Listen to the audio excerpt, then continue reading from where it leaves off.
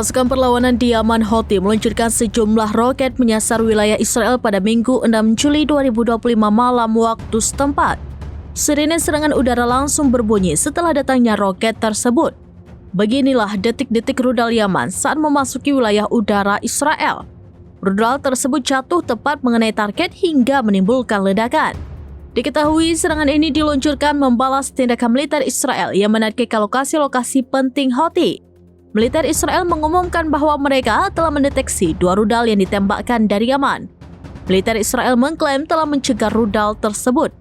Namun pihaknya masih akan meninjau lebih lanjut apakah rudal dari Yaman tersebut berhasil dicegat atau jatuh mengenai target.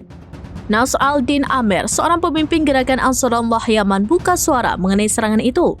Ia menegaskan bahwa agresi Israel tidak akan pernah mampu menghentikan serangan Yaman. Lebih lanjut, ia mengancam akan menyerang semua kapal yang melewati wilayah operasi angkatan bersenjata Yaman. Menurutnya, Yaman tidak akan membiarkan Israel tidur dengan tenang.